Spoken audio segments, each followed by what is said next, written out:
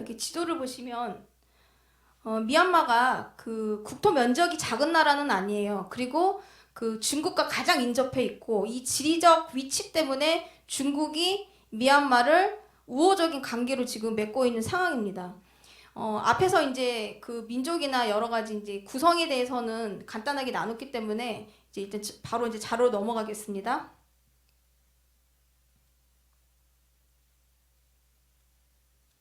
자, 이렇게 보면은 지금 이 빨간 능선이 돼 있죠? 거기는 경보 지역이에요. 여기는 치안이 불안하고 여기서 이 근처는 여행 금지 구역으로 이미 이거 외무 자료에서 지금 나온 자료라서 이게 보시면 빨간 지금 경계선이 되는데 이게 보면은 중국, 그 다음에 태국, 인도 이렇게 지금 맞붙어 있습니다. 이 아까 보면 무슨 족 나왔잖아요. 보면 이렇게 카친족, 보면 카친이라고 지역이 있죠. 카친족, 그 다음에 뭐 샨족, 그리고 뭐 이게 몬족 이렇게 지금 써 있잖아요. 이게 보면 부족을 말하는 거. 이 나라는 부족이 너무 많은 나라예요. 그래서 이 부족이 많다라면 어떤 문제가 생기느냐면 연합이 안 돼요. 통합이 안 돼요. 나라 자체가 통합이 안 돼요. 그래서 늘 이런 분쟁을 겪어서 이 나라가 발전을 못하는 큰 요인인데, 동남아시아가 유독 심합니다. 이런 상황들이.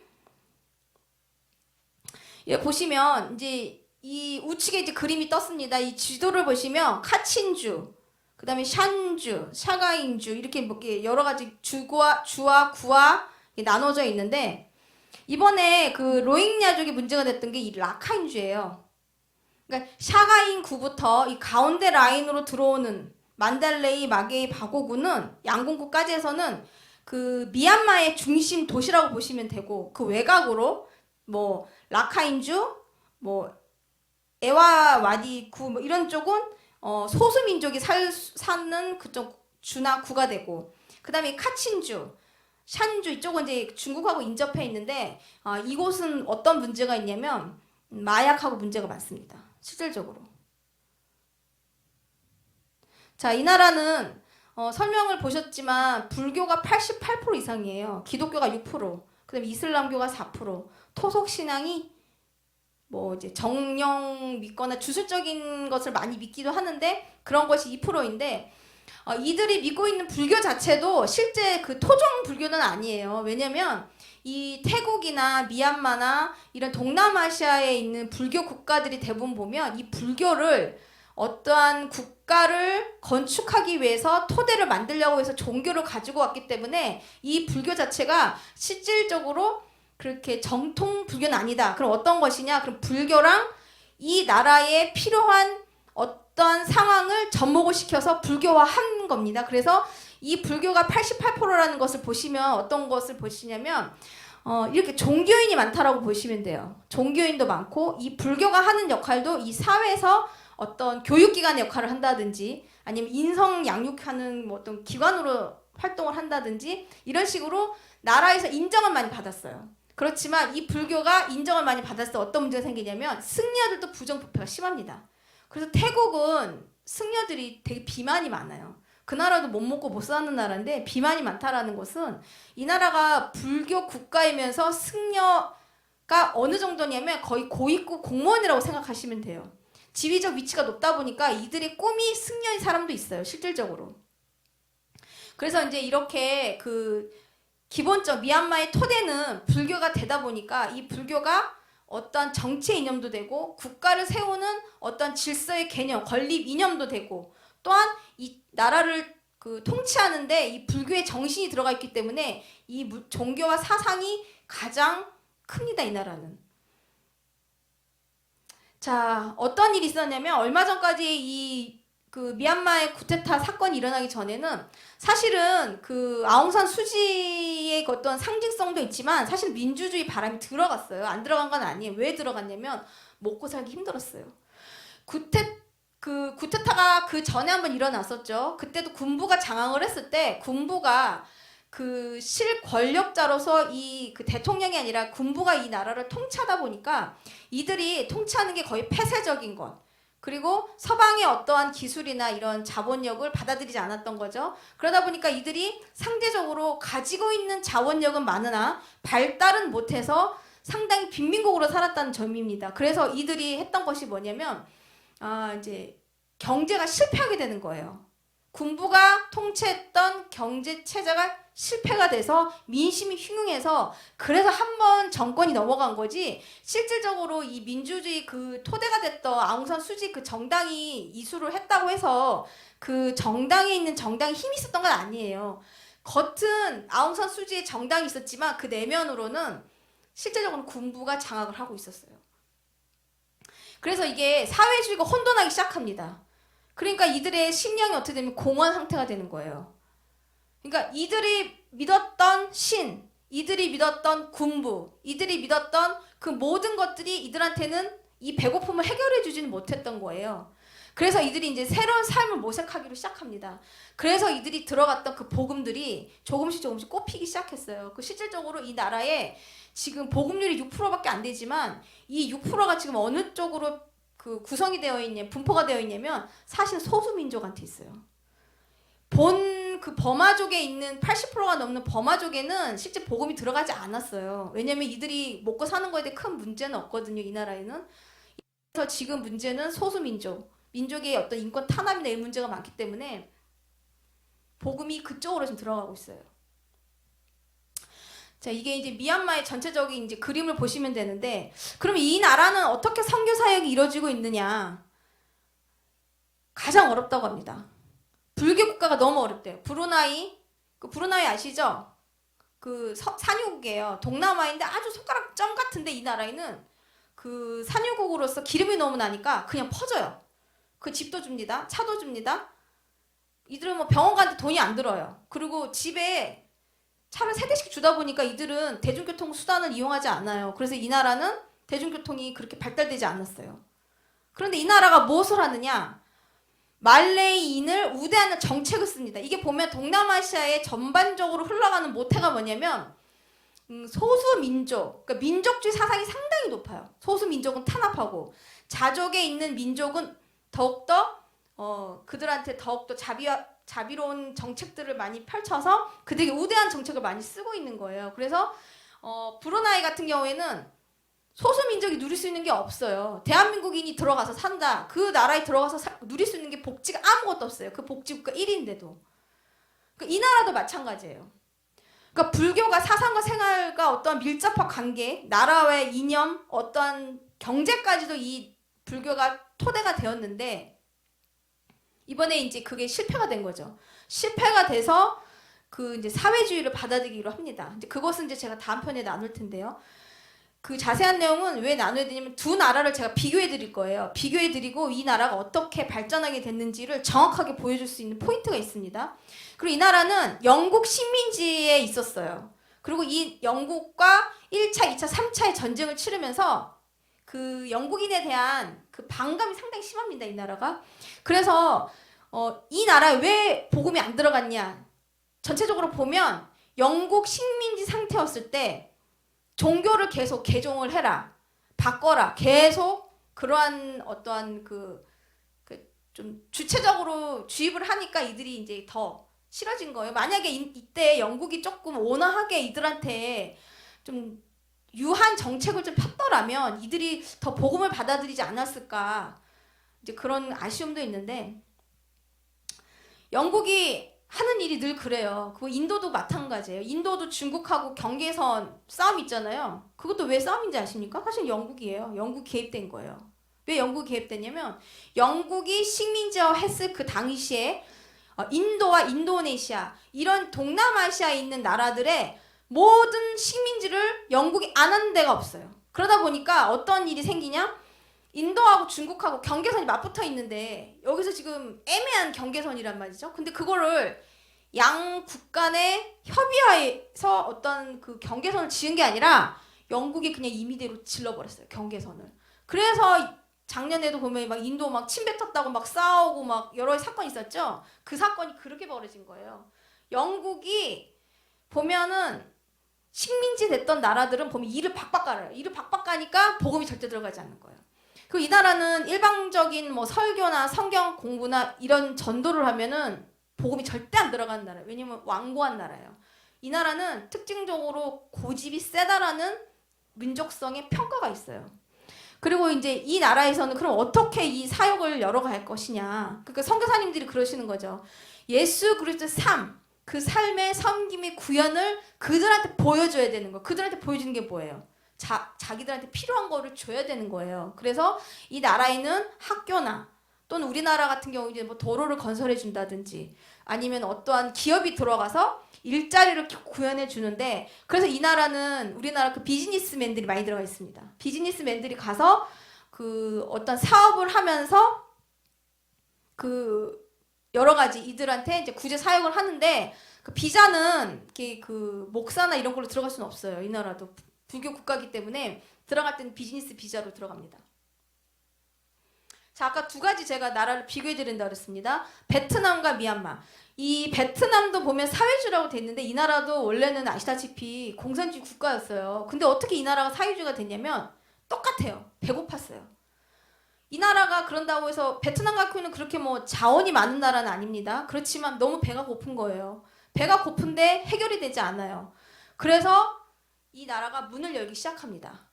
그래서 기업들이 이 나라에 투자를 하기 시작하고, 투자를 함으로 인해서 이 나라들의 일자리가 창출이 되고 고용이 창출되고 일자리가 창출되니까 결국은 이들의 먹거리가 이제 해결이 되는 거예요. 그래서 살만해져서 빈민국에서 개발도상국으로 도약을 했습니다. 근데 이 총리가 작년에 그 이재용 그 삼성 이재용 그 회장한테 너무 당당하게 요구한 거예요. IT 벤처 사업도 우리나라에 구축을 해달라. 근데 이 나라의 지금 상황이 어떠냐면 외국 기업의 세금 문제가 상당히 심하고요.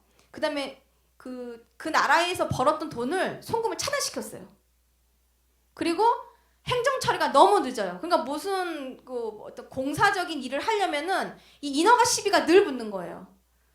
그리고 이 나라가 아시다시피 그 중국을 견제해서 지금 베트남으로 간 거거든요. 베트남도 제일 처음에는 제조국으로 인해서 이 나라가 고인국 국가는 아니었어요. 그런데 이 나라가 점점 임금을 높이니까 그 반대편으로 좀 싼 지역을 찾다 보니까 베트남을 본 거예요. 그런데 이 베트남이 어떻게 됐냐면 우리나라 그 전자회사라든지 아니면 어떠한 제조회사 이런 회사들이 많이 들어가 있는데 이 나라도 똑같아요. 고임금. 근데 베트남의 민족성 때문에 저생산성을 가지고 있고 또 사회 구조가 이렇게 좀 원활하게 사업을 할 수 있는 구조가 아니에요. 그래서 이제 기업들이 이제 빠지기 시작합니다. 그 다음에서 어떻게 빠지냐? 이제 찾기 시작하는 거예요. 어디를 찾았냐면 인도네시아, 태국과 미얀마를 선택합니다. 그래서 이 미얀마가 왜 선택이 되었냐면 외부에 있는 나라들이 이 나라를 봤을 때는 민주주의 국가거든요.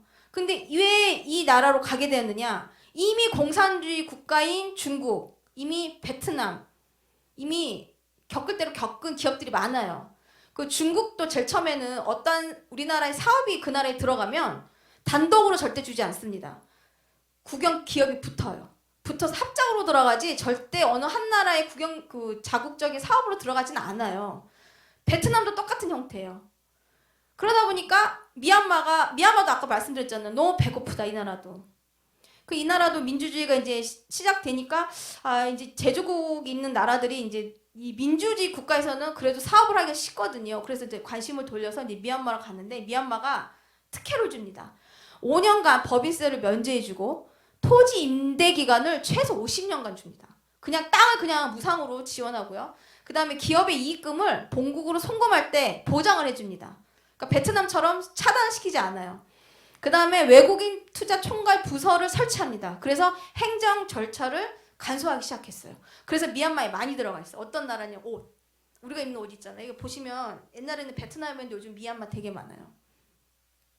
이렇듯이 미얀마가 변하고 있었는데 이번에 이제 이 쿠데타 사건으로 인해서 사실은 그 나라에 투자한 기업들도 피해를 보지만 그 나라에 투자한 나라들도 같이 피해를 보는 양상이에요. 그래서 이게 보면 단순한 쿠데타가 아닌데 지금 모든 나라들이 그냥 일단 지켜보고 있습니다. 자, 아까 말씀드렸던 이제 로힝야족에 대해서 이제 알아볼 텐데요. 이 거주 지역이 아까 말씀드렸던 이 구퉁이 지역 있죠? 라카인주. 그러니까 이 소수민족은 거의 그 경계선 지역을 줬지 절대 도심 지역을 주진 않았어요. 줄 때도. 이슬람교 순위파고요. 인구수가 80만에서 140만 명입니다.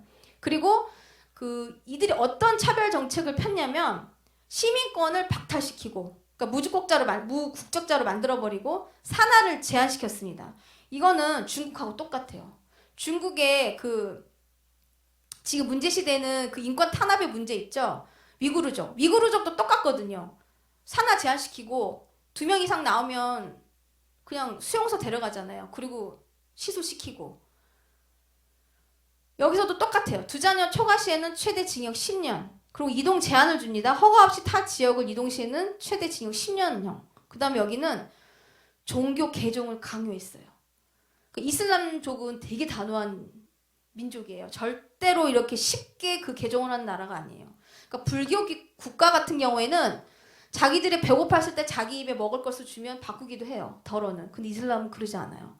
상당히 단호하고 이 민족이 있는 소수 민족으로 가서 있는 나라들은 대부분 겪는 나라가 독립을 요구해요. 우리 독립을 요청을 하는데 그 나라는 받아들일 수가 없죠. 왜냐하면 독립으로 인정하면은 또 다른 소수 민족들이 일어나기 때문에 이게 동남아시아가 겪고 있는 거예요. 그래서 이 로힝야족도 어떻게 보면 IS 이슬람이잖아요. IS랑 많이 결탁되어 있고 그런 문제들이 있고 그 다음에 이제 그 로힝야족이 그 12년도에 크게 한번 이 미얀마인들하고 한번 충돌이 있었던 게 있었는데 그게 뭐냐면 종교 충돌이었어요. 종교. 그래서 수천 명이 죽었습니다. 이때.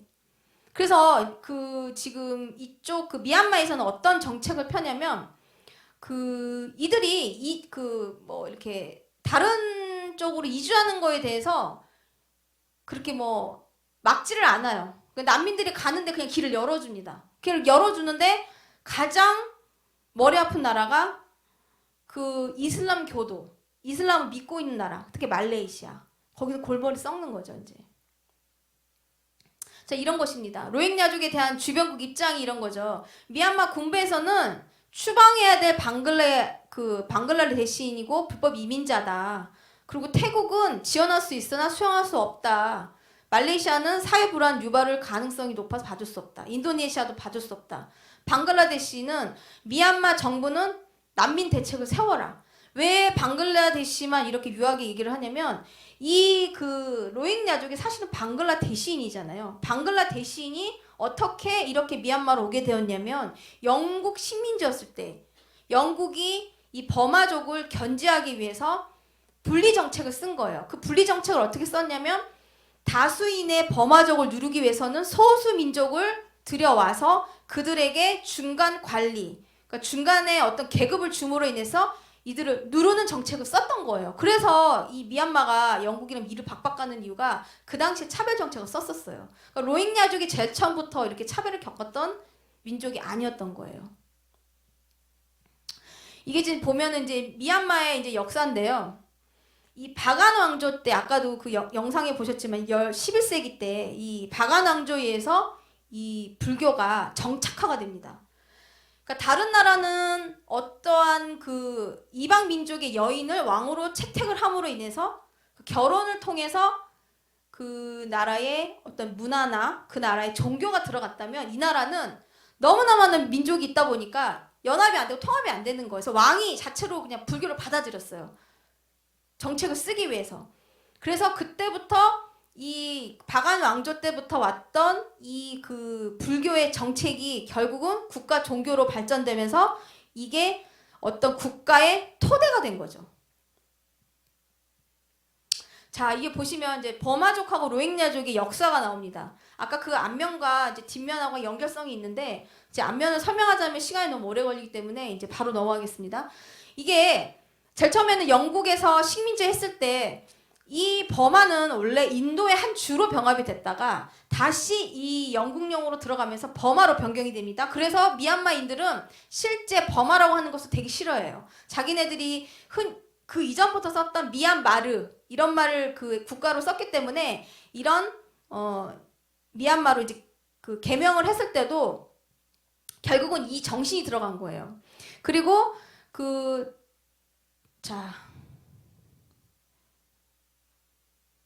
자, 이때 썼던 게 뭐냐면 방글라데시는 이주하면서 이방 민족의 우대 정책을 쓰기 시작하고 아까 말씀드렸죠? 중간 지배층의 역할을 하면서 그 영국의 분할 통치가 시작됐습니다. 근데 이 분할 통치가 뭐냐면 참 너무 교묘하게 사용을 했어요. 민족의 감정이나 종교나 사회나 경제적 이해관계 등을 이용해서 피지배층과 지배층의 갈등 유발로 반대 세력을 저지하는 효과를 가졌어요. 그러니까 누르는 쪽과 우대하는 쪽이 서로 견제를 하니까 이들이 다른 걸 넘볼 수가 없는 거예요. 서로 그 뭐라 그러죠? 왜 우리가 그 친구들끼리도 서로 친한 친구가 있으면 연합이 잘 되잖아요. 그 연합을 못하게 하려고 이 정책을 썼던 거예요.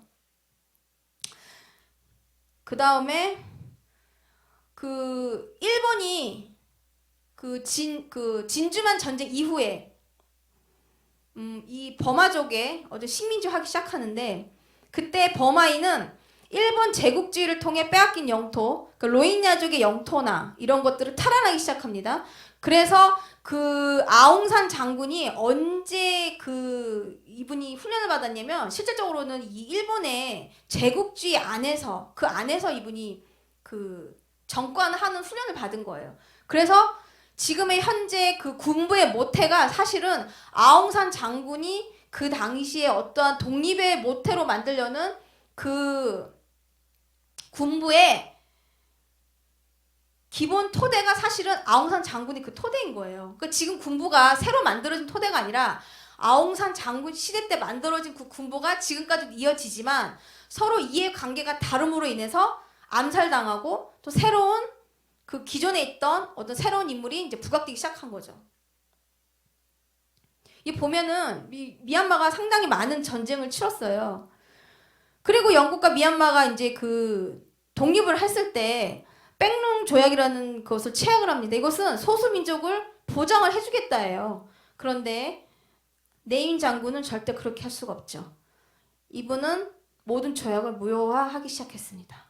그래서 로힝야족이 그동안 탄압받았던 인권 탄압이 이제 제도화되기 시작합니다. 그래서 제도화되게 되면서 뭐가 됐냐면 시민과 박탈당하고 재산 몰수당하고 강제 노동당하고 강제 이주, 뭐 산하 제한, 결혼 및 이사 제한, 핍박 제도화가 시작된 거예요. 똑같아요. 중국하고 똑같아요. 왜 똑같을 수밖에 없느냐? 이 미얀마는 중국의 젖을 빨아먹고 있다고 보시면 돼요. 그 예전에 전 목사님도 예전에 한번 그런 말씀하셨잖아요. 이 중국에 있는 그 아래 그 동남아시아에 있는 나라들이 젖을 빨아먹고 있더라. 뭐 그런 한번 환상을 보셨는데 그런 걸 나눈 적이 있으셨거든요. 근데 찾아보니까 똑같아요. 그러니까 중국이 쓰는 정책을 미얀마가 그대로 따라하고 있어요. 그럼 이 나라가 이렇게 가난할 수밖에 없는 나라냐? 그렇지 않습니다. 보면 이 나라가 각종 보석류에서는 세계 아시아 1위예요. 그 루비, 사파이어, 비치, 골드 진주, 경옥 같은 경우에는 미얀마 산이다 그러면 무조건 인정을 해주는 거예요.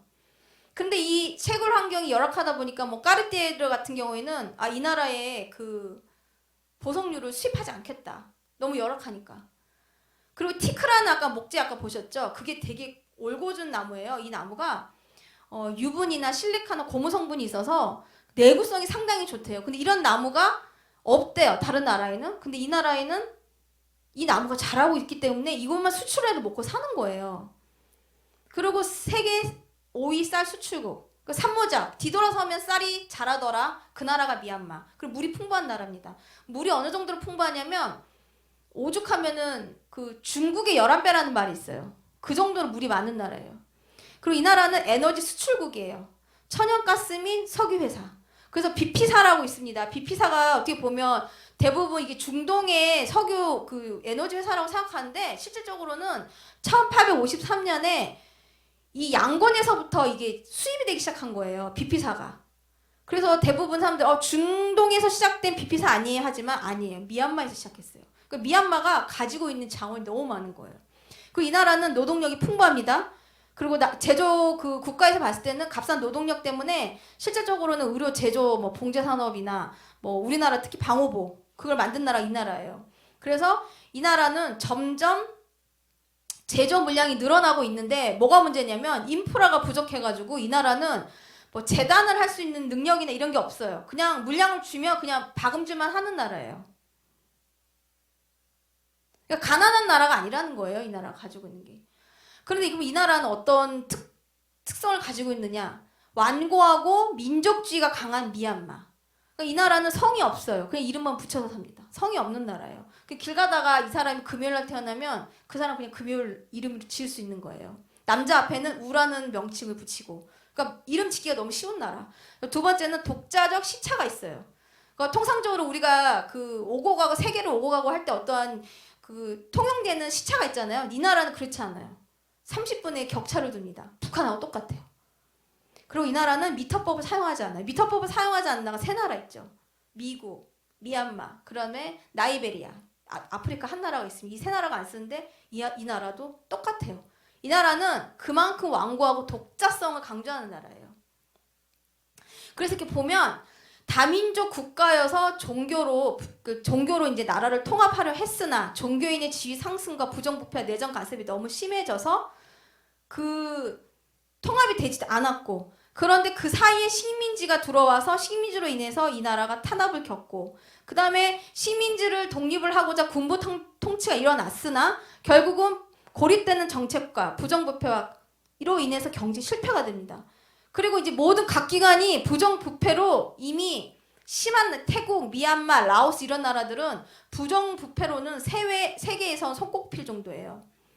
그리고 이 나라는 뭐가 있냐면 마약, 아편이 중국 근처에 있는 그 주에서는 아편을 실질적으로 거래하고 있어요. 그래서 아편으로 인한 그 이들의 어떠한 그 질환들이 상당히 많은 나라예요. 그리고 인신매매. 글로벌 리스트 보셨죠? 힐러리 여사가 여기 갔던 이유가 있어요. 그 인신매매랑 관련이 있다고 합니다. 그리고 성매매, 그 다음에 인권 유린이나 탄압이 심한 나라. 그런데 이런 것들이 해결되지 않고 반복되는 내전 상황. 그런데 이번에 보셨겠지만 8888 항쟁도 보셨지만 그때도 젊은 세대가 일어났거든요. 이번에도 마찬가지예요. 지금 10대, 20대가 일어나고 있어요. 왜 그러냐면 미얀마의 인구 구성표가 청년 세대가 50%고 지금 어떻게 보면 지금 꺼지는 별같처럼 중년의 세대가 거의 한 40%? 그러니까 지금 이 나라는 젊은 세대가 일어나고 있는 거예요. 젊은 세대. 아웅산 수지가 70대가 넘었잖아요. 이번에 군부가 나왔지만 군부도 나이가 많은 사람이에요. 그러니까 이렇게 지금 새로운 세대가 지금 일어나고 있는 거예요. 그들이 배우고 있습니다. 지금. 그리고 민주주의를 한번 겪었기 때문에 민주주의를 한번 겪은 나라들은 다시 공산주의 가지 않아요. 그 대만, 홍콩 이런 나라들의 설 예가 미얀마가 더 이 민주 시위 운동을 할 수 있는 계기가 되었던 거예요. 그런데 왜 개입을 못하냐 이거죠. 우방 국가들이 왜 개입을 못해? 유엔이 개입을 하려고 했는데 안전보장 이사회 상위 5개국에 누가 있냐면 미국, 프랑스, 영국, 중국, 러시아가 있는데 중국하고 러시아가 이미 표를 던졌죠. 거부권을. 그리고 그러면 국제법도 통용이 안 되냐?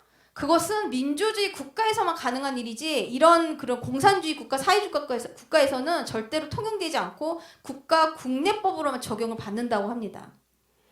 그런데 이 나라에 지금 노조 파업이 일어나고 있어요. 은행이라든지 금융업 이런 데서 일어나고 있는데 효과가 있느냐? 군부에서는 전혀 신경 쓸 게 없어요. 왜냐면 이 노조 파업되는 인원까지 제압을 하려다 보면 내수 경제가 침체되고 있기 때문에 군부가 더 이상 개입을 하지 않고 있는 것입니다. 그럼 이것이 무엇이냐? 왜 전 세계가 가만 보고 있는 거야? 이게 뭐냐면은 해징 전략이에요. 해징 전략. 해징 전략이 뭐냐면 매매 거래를 할 때 손해를 안 보려고 하는 어떠한 전략, 그 매매의 어떤 연계성에 대한 이게 단어이기도 하지만 이게 외교상에서도 현재 일어나고 있는 단어예요. 그러니까 모든 나라들이 지금 줄서기 하고 있는 거예요. 미국이 지금 트럼프 대통령이 그 자리를 물러남으로 인해서 바이든도 지금은 그냥 쳐다만 보고 있는 상황이고, 그러니까 중국 눈치를 볼 수밖에 없는 상황인 거예요. 많은 나라들이. 그래서 지금 이 국제적인 어떤 외교 전략이 해징 전략이다. 그래서 오늘 우리가 이제 많은 것을 나눴는데 이 지금 아까 보시면 양곤 파라곤 이 파고다라는 이 아까 금탑 보셨죠? 이 금탑이 어마어마해요. 53톤 금이에요. 이 못 사는 나라에. 그리고 이 탑에 보시면 저 우측에 보면 탑에 보면은 다이아몬드 박혀 있거든요. 이게 지금 1800캐럿이래요. 놀라운 거는 이 금이 이게 지금 다들 이제 그런 거죠. 기원하는 의미로 이제 헌금하듯이 붙이는 건데 대부분 보면 금을 그냥 이렇게 붙일 것 같잖아요. 이렇지 않아요. 이 금을 여기는 금판으로 붙인대요. 그러니까 불교인들이 금판으로 붙이면서 이제 여기 이제 그 우상화하는 거죠. 근데 이번에 군부가 이번에 자금줄이 막혔잖아요. 자금줄이 막히면서 이 금판을 떼가기 시작했어요. 왜냐면 이 금판이 하나만 붙여 있는 게 아니고 계속 그 위에 덧붙이고 덧붙이는 형태이기 때문에 지금 그렇게 하고 있습니다. 이 마하간디종. 이 보면 용이 되게 많아요. 저 깜짝 놀랐는데 용이 있더라고요. 그래서 되게 보기에도 회개망측한데 영국에서 이 종을 떼가려고 했었대요. 근데 이 종을 떼가는 과정에서 호수에 빠졌는데 이들이 아무리 끌어올려도 끌어올릴 수가 없었는데 불교 승려가 이 나뭇가지로 우리가 이거를 올릴 수 있다. 그러니까 영국인이 그런 거죠. 아니 우리도 못했는데 너네가 어떻게 하느냐. 그러면 만약에 우리가 이 종을 끌어올리면 영국으로 가지고 가지 말라고 했대요. 그래서 진짜 그 승려가 끌어올렸다는 거예요. 근데 그게 실화인지 설화인지는 모르겠지만 그러한 설도 있고. 그래서 여기는 이제 이것도 다 금으로 되어 있습니다. 보면. 근데 이 불교가 이 보면은 실제적으로 어떻게 시작했느냐면 무신론에서 창시되어서 신을 부정하는 종교가 이 불교예요. 그러니까 신을 부정하는 종교가 그 미얀마의 어떤 국가의 이념으로 지금 건축되어 있기 때문에 이들이 그 어떠한 종교도 쉽게 들어가지 않는, 그러니까 완고함, 이게 완고함이 있는 거죠. 그래서 아까도 말씀드렸다시피 중국이 왜 미얀마 사태를 이렇게 지켜보고 있느냐. 이 자세히 보면 지금 중국에 있는 그 송유관이나 가스관이 지금 미얀마를 통해서 지금 들어가고 있습니다. 그래서 이것만 터트리면 중국이 손해를 어마무시하게 보죠. 그런데 이번에 그 시위대가 이걸 터트리겠다고 협박을 한 거예요. 그러니까 중국이 압박을 했습니다. 이거를 터트리지 못하도록 너희가 철저히 커버해라. 그래서 군부가 더 세게 나왔던 거예요. 결국 중국에 이 연결선상이 다 돼 있어요.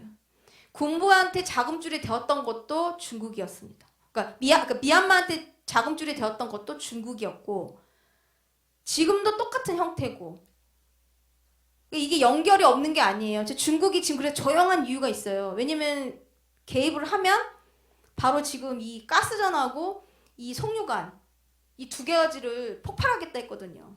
그래서 지금 조용히 있는 것도 있어요. 그렇지만 이면에 보면 결과적으로는 미국과 중국의 패권의 싸움이다. 하지만 지금 러시아가 급부상하고 있습니다. 러시아가 그동안 잠잠했었거든요. 그런데 급부상하고 있어요. 러시아가. 왜냐면 미국 힘을 못 쓰고 있으니까 지금 미국 힘을 못 쓰니까 결과적으로는 중국하고 러시아, 그 다음 또 이란도 같이 개입을 하려고 하고 지금 그래서 우리가 이제 함께 이제 기도를 할 건데 어떤 내용 기도를 할 거냐면 이게 제가 표를 구성을 했는데요. 미얀마의 국가와 사회와 교회와 이 다음 세대에 대해서 우리가 한 마음으로 기도하겠습니다. 이 국가의 왕은 우리 여호와 하나님임을 선포하겠습니다.